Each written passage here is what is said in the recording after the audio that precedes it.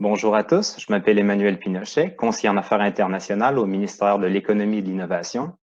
Bienvenue à cette activité de maillage entre le Québec et la Wallonie, qui s'articule autour de l'appel à projet du programme de la Commission européenne ERAMIN 3. Je rappelle l'objectif du webinaire, c'est d'explorer des opportunités de collaboration en recherche et en innovation sur la thématique des matériaux et de l'économie circulaire. Je rappelle également que l'activité est organisée par Prima Québec et le pôle Mécatech, avec le soutien du service public de Wallonie, Wallonie-Bruxelles International et le ministère de l'Économie et de l'Innovation.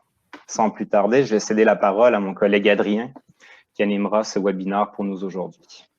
Merci beaucoup Emmanuel. Bonjour et bienvenue à toutes et à tous. Donc, mon nom est Adrien Céleste, je suis responsable du bureau de liaison scientifique et technologique de Wallonie-Bruxelles International pour le Canada, basé ici à Montréal. C'est un plaisir de vous accueillir pour la session du jour. Alors, l'agenda est assez dense, donc sans plus tarder, on va rentrer dans le vif du sujet. L'événement d'aujourd'hui va durer 2 heures et se déroulera en 4 temps. Dans un premier temps, vous aurez une présentation du programme ERAMIN 3, mais aussi des modalités de financement TOHOM Québec en Wallonie. Dans un second temps, vous aurez des présentations des écosystèmes au Québec et en région wallonne. Et puis, nous passerons dans une troisième partie au pitch qui vous seront présentés par 10 entreprises, centres de recherche et universités du Québec et de Wallonie pour vous faire des propositions de partenariat et de collaboration. Et puis après une rapide conclusion, on aura le plaisir de rester sur cette plateforme Open et de vous accueillir pour une session de réseautage. Plus tardé, je voudrais donc passer la parole à Madame Dina Carrillo. So Dina Carrillo, welcome. You are Senior Policy Officer at the Portuguese Foundation for Science and Innovation, and you're in charge of the management of the ERAMIN 3 program. So welcome today. It's a pleasure to have you on board. The floor is yours and you have 5 minutes. Thank you so much. Merci beaucoup. I apologize, but I'm going to speak in English. Thank you very much for the introduction. It's a great pleasure to be here with you and introduce you to the ERAMIN funding scheme. I'm going to share my presentation. Okay, so it's a great pleasure to introduce you to ERAMIN funding scheme because I think it's complementary to national regional funding schemes and also to other European programs. In my point of view, and I think, I hope you will agree with me at the end of this presentation, ERAMIN is an interesting scheme, especially for newcomers in international cooperation and also for enterprises and companies. Next slide. So ERAMIN 2 and ERAMIN 3, they are both flexible pan-European flexible networks of research funding programs. This means the partners are only ministries and funding agencies. ERAMIN networks, they aim to contribute to secure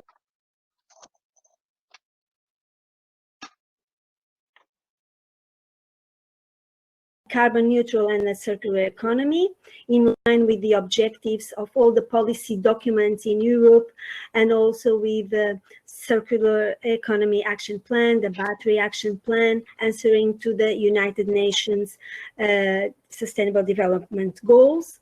So the main objective of this network is to promote a worldwide coordinated funding on raw materials through the implementation of joint calls for transnational and excellent research and innovation projects.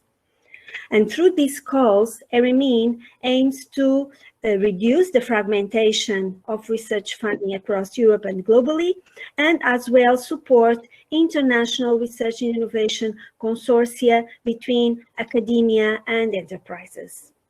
So I was telling you that ERAMIN 3 has now 7 new partners. So we are very happy to have for the first time the province of Quebec in Canada and also Wallonia region as partners of ERAMIN 3 and participating in the call.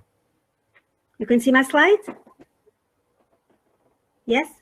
So the scope of the joint call is needs-driven research on primary and secondary resources of metallic, construction, and industrial minerals, addressing one or more areas of the circular economy. So the scope covers the entire raw materials value chain, from sustainable exploration, extraction, processing technologies, to recycling, substitution of critical raw materials, with a focus on resource-efficient production to low environmental impact recycling.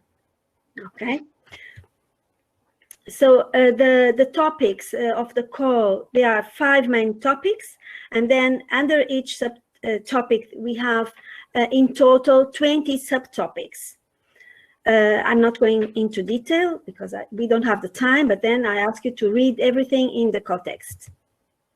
So up to now, Eremin has funded 57 projects in total from the 6 calls we had previously. And I can tell you that 30% of the beneficiaries in those projects are from companies. Here you see some of the thematic areas that were supported until now.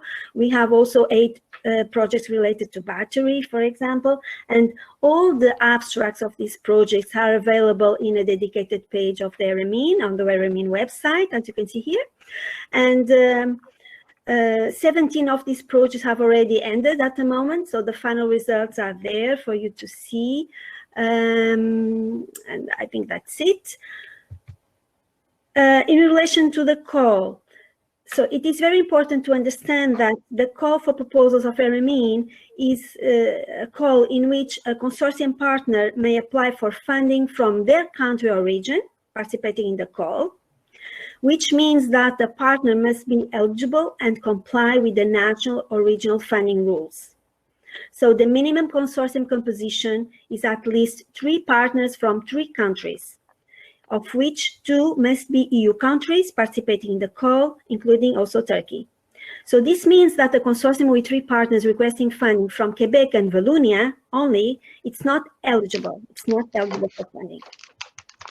So, but the good news is that large companies or other institutions can participate in the projects without requesting funding if they wish. And I would like to tell you that Eremin will build an independent international panel of experts, and that will assess the proposals. And based on those scientific assessment, a ranking list will be elaborated from which the proposals will be selected for funding. In terms of funding rates, usually academia is funded 100%, but this depends on the countries and regions. And the companies, usually the funding rate is less than 70%. And of course, you need to check with your funding organization which are the entities that are eligible for funding, and also the type of research, from fundamental to innovation, and the different technology readiness levels between 1 and 9. So to promote the consortium building, Eremin will make available for the first time our own platform for partner search tool, where you can upload your partner offers and requests. In addition, there are European Commission partner search services. We have a LinkedIn group also, and we have a dedicated partner especially for companies. In terms of the call, so the call will open this Friday. The call text will be published this Friday. The call budget, the total is 19 million. So each is the sum of the national and regional budgets, including 4 million euros from the European Commission. There will be 2 stages submission procedure, which means that you must submit an application of 6 pages of technical description until 1st of April. And all the documents will be published on our Eremin website in the link you can see here. So to finalize, I invite you to subscribe our newsletter to be updated with all the news. Of course, and also to follow us on social media. And well, the take-home message is that Eremin call for proposals can be an interesting funding scheme for newcomers in international cooperation, especially but not limited to enterprises, because it allows the funding of smaller international projects. So as you could see, 3 partners from 3 countries supported by national and regional funding rules, with which the app already familiar with. So thank you very much. Muito obrigada. And to answer any questions you may have. Thank you so much, Dina. Thank you for your presentation. You may now leave the stage in the top right corner of your screen. And if there are questions, I will ask you to come back. Thank you so much.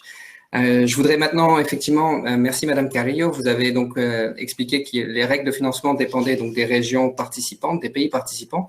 Donc, sans transition, je vais appeler Monsieur Michel Lefebvre, donc le directeur des programmes et collaborations internationales chez Prima Québec, à venir présenter les modalités justement de fonctionnement et de financement pour l'appel ERAMIN 3 pour les Québécois.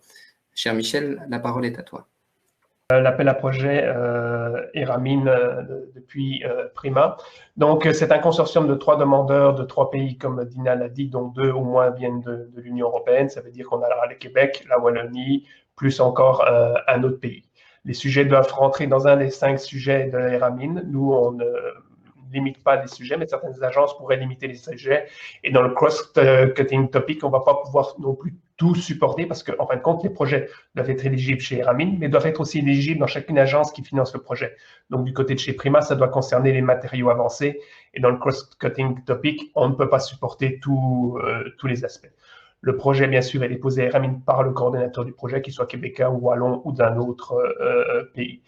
Et bien sûr, pour pouvoir être réalisé, le projet doit passer les évaluations nationales. S'il y en a, certaines agences vont faire des évaluations nationales et aussi, bien sûr, l'évaluation des ERAMIN. Nous, on va se baser sur l'évaluation des ERAMIN. On va vérifier simplement que les projets satisfont les critères de Prima Québec. Ce sont des projets pour 3 ans maximum.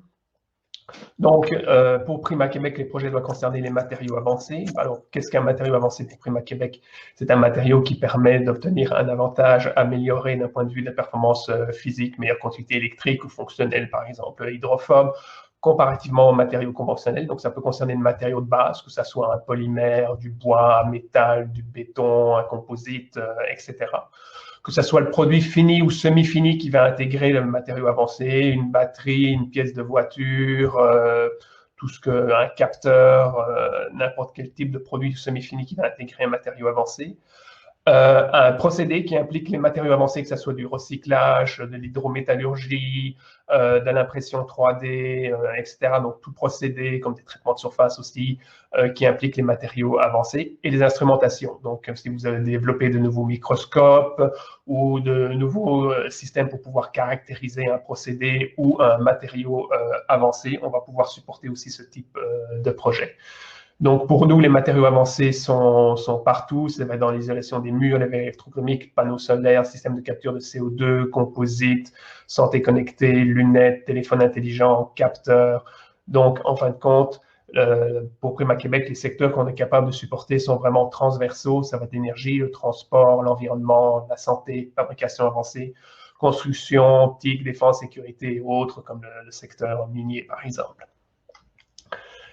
Alors, de manière générale, ce que Prima Québec finance, ce sont des projets collaboratifs entre entreprises et chercheurs. Les demandeurs, ce seront les universités québécoises, les CCTTT ou les centres de recherche publics. C'est un financement tripartite, un industriel, principalement, on va dire, une PME québécoise, une grande entreprise, mais il faut une entreprise présente ici au Québec qui va apporter 20% au projet. Un financement qui va venir de chez Prima, de maximum 50% jusqu'à maximum un demi-million pour l'ensemble du projet. Et aussi un financement complémentaire qu'on peut aller chercher, soit au provincial, au fédéral ou au municipal. Comme c'est un projet de collaboration, bien sûr, du côté de chez Prima, on s'attend à ce que de l'autre côté aussi, il y a quand même un apport. Et pour Prima, il faut qu'au moins que la partie internationale représente 30% du budget. Du côté de chez Prima, il n'y a pas de limitation au niveau du TRL. Toutefois, en regardant certains topics ou certaines autres agences de financement, celles-ci avec qui on collabore dans le projet, celles-ci pourraient limiter le niveau de TRL. Et il y a aussi des frais de gestion dans le projet. Donc, qu'est-ce que sont les dépenses admissibles chez Prima Québec? Ça va être les bourses d'étudiants, le salaire des techniciens, par exemple, l'achat, la location d'équipements, les consommables, les frais de plateforme, déplacements, sous-traitance, gestion de l'EPI, frais de diffusion de connaissances, donc publication, participation au forum et autres, et des frais de traduction pour et conception de documents génériques pour créer le partenariat. Donc, du côté de chez Prima Québec, il va avoir un formulaire aussi à déposer en plus du formulaire de chez ERAMIN.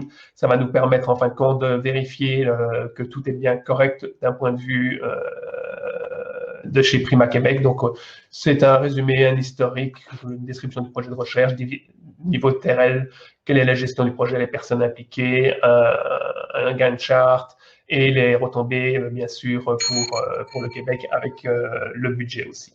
Donc, c'est à déposer à prima avant le 1er avril. Donc, je vous remercie. Si jamais vous avez des questions, n'hésitez pas à me contacter.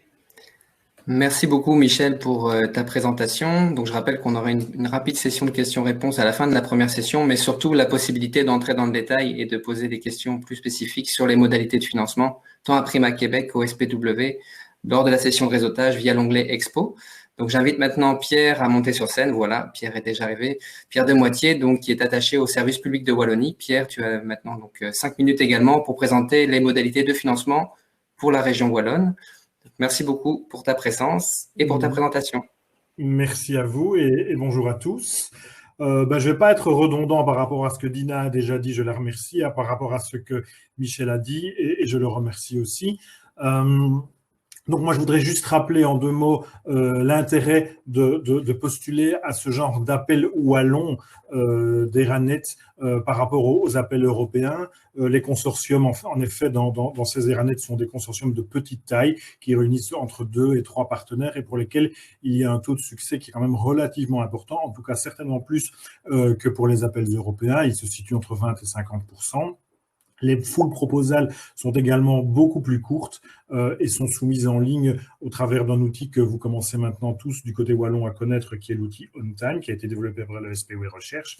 Et il y a un deuxième avantage qui est un contact qui est facilité avec les gestionnaires au sein du SPW. On se connaît, c'est beaucoup plus facile d'interagir. Et pour ce qui concerne le reporting financier, toujours au travers de cette plateforme OnTime, les choses sont bien plus faciles.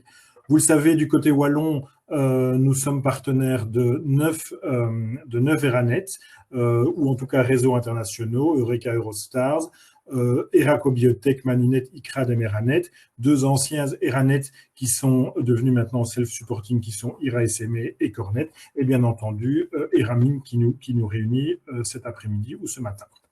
Alors, du côté wallon, quels sont les critères d'éligibilité? Évidemment, il faut répondre aux conditions du décret du 3 juillet 2008 sur la recherche, c'est-à-dire que toutes les entreprises qui postuleront, qui déposeront un projet, devront faire preuve d'une situation financière saine. Elles devront bien entendu posséder un siège d'exploitation en région wallonne et le projet qui est déposé ne doit pas déjà avoir été financé par ailleurs. Comme Michel l'a dit et comme Dina l'a dit aussi, la durée du projet ici, Eramin, ne pourra pas dépasser 3 années. Autre spécificité wallonne, les partenaires industriels wallons devront bénéficier d'au moins 40% du budget total de l'ensemble des partenaires. C'est une règle que vous connaissez puisqu'elle s'applique à tous nos projets, les autres partenaires étant financés par ailleurs, les universités ou bien les hautes écoles ou bien les centres de recherche agréés. Précisément, le taux de financement varie de 35 à 100%, selon que vous soyez, comme je viens de le dire, une petite, moyenne ou une grande entreprise, un centre de recherche ou bien une université, une haute école, et selon le type de recherche, il s'agira soit d'une recherche industrielle, soit d'une recherche de type développement expérimental. Comme ailleurs, évidemment, le projet soumis est évalué. Les différents critères sont aussi connus. C'est la qualité du projet et le type de partenariat. Quelle est la valeur ajoutée du consortium? Quelle est la qualité de la coopération? Quelle est la valeur du plan de travail? Le budget est-il raisonnable? Il y a un deuxième critère qui est le marché et la compétitivité. Est-ce que le projet permettra d'accéder à de nouveaux marchés? Quel est l'avantage compétitif que ce projet aura une fois qu'il sera déposé? Quelle est la stratégie de valorisation du projet pour le consortium? Et quels sont évidemment les critères d'innovation et d'acquisition de nouvelles connaissances pour le projet en Wallonie. Comme Michel l'a dit, comme la règle le veut plus exactement, le dépôt du projet se fait en 2 temps. Une pré-proposition le 1er avril, pré-proposition qui devra être soumise sur le site Eramin, mais également un document qui devra être complété sur la plateforme Eranet, ce document qui est un document administratif qui permettra déjà d'avoir toutes les informations nécessaires.